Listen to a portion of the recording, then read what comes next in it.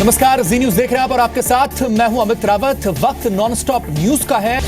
UP में चौथे चरण के लिए कल 12 जिलों की 53 सीटों पर वोटिंग होगी। चौथे चरण के लिए 680 उम्मीदवार मैदान में हैं, जिनमें 189 करोड़पति हैं। 95 उम्मीदवारों पर हत्या की कोशिश और महिलाओं के खिलाफ अपराध जैसे गंभीर आरोप हैं। आज गोरखपुर में बीजेपी अध्यक्ष अमित शाह ने कांग्रेस, समाजवादी पार्टी और बीएसपी की तुलना कसाब से की, तो अखिलेश यादव ने बीजेपी पर आरोप लगाया। कसाब से मेरा मतलब है, कसे है कांग्रेस पार्टी, ससे है समाजवादी पार्टी और बसे है उत्तर प्रदेश की जनता। इस बार कसाब से मुक्ति पाले। उन्होंने धोखा दिया, अच्छे दिन के चक्कर में गुमराह किया लोगों को। कम से कम समाजवादी लोगों ने बिना भेदभाव के मदद करने का काम किया है लोगों को। इस बीच कांग्रेस अध्यक्ष सोनिया गांधी ने आज अमेठी और रायबरेली की जनता को चिट्ठी लिखी और कांग्रेस को समर्थन देने की अपील की। इस चिट्ठी में समाजवादी पार्टी का कोई जिक्र नहीं है।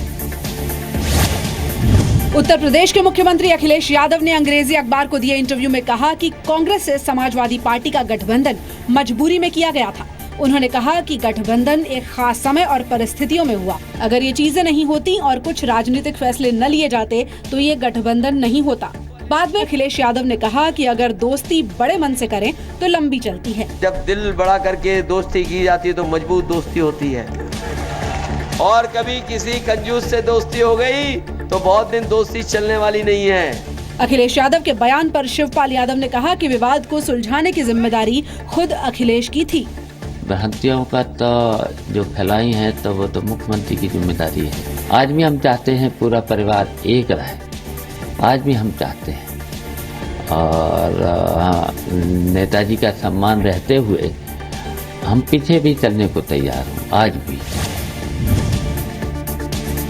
भारत ने कहा है कि जैश ए मोहम्मद चीफ मसूद अजहर पर संयुक्त राष्ट्र के बैन के लिए सबूत देने की जिम्मेदारी उसकी नहीं है। बीजिंग में चीन के साथ रणनीतिक स्तर की बातचीत के बाद विदेश सचिव एस जयशंकर ने कहा कि मसूद अजहर के कारनामे दस्तावेजों में मौजूद हैं। जयशंकर ने कहा कि मसूद अजहर पर संयुक्त राष्ट्र के बैन का मौजूदा प्रस्ताव भारत ने नहीं आगे बढ़ाया है। इस प्रस्ताव को बढ़ाने वाले उसके कारनामों को अच्छी तरह से जानते हैं, नहीं तो ये प्रस्ताव आगे नहीं बढ़ाते। न्यूक्लियर सप्लायर्स ग्रुप में भारत को शामिल करने पर भी चीन के साथ बातचीत हुई।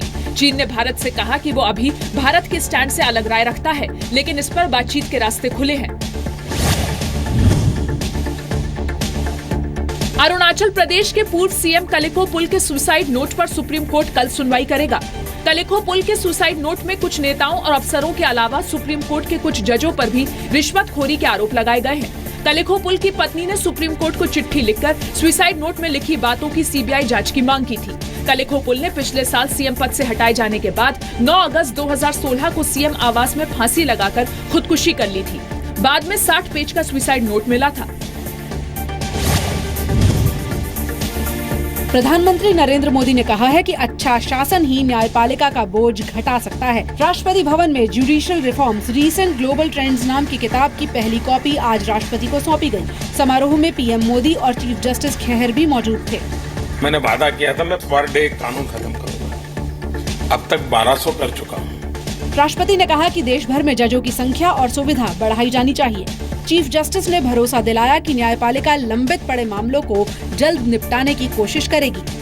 I assure you that we will try our best to push forward for early disposal of cases.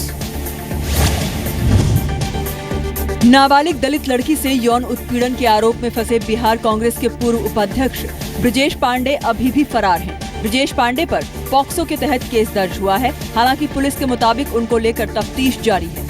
Police के मुताबिक पीड़ित लड़की ने पिछले साल 22 दिसंबर को निखिल प्रियदर्शी, मनीष प्रियदर्शी, कृष्ण बिहारी और संजीत शर्मा नाम के 4 लोगों के खिलाफ एफआईआर दर्ज कराई थी। लड़की ने बाद में पुलिस को बताया कि ब्रजेश पांडे ने भी उसका यौन शोषण किया। इस बयान के आधार पर पुलिस ने ब्रजेश पांडे पर भी पॉक्सो के तहत केस दर्ज किया।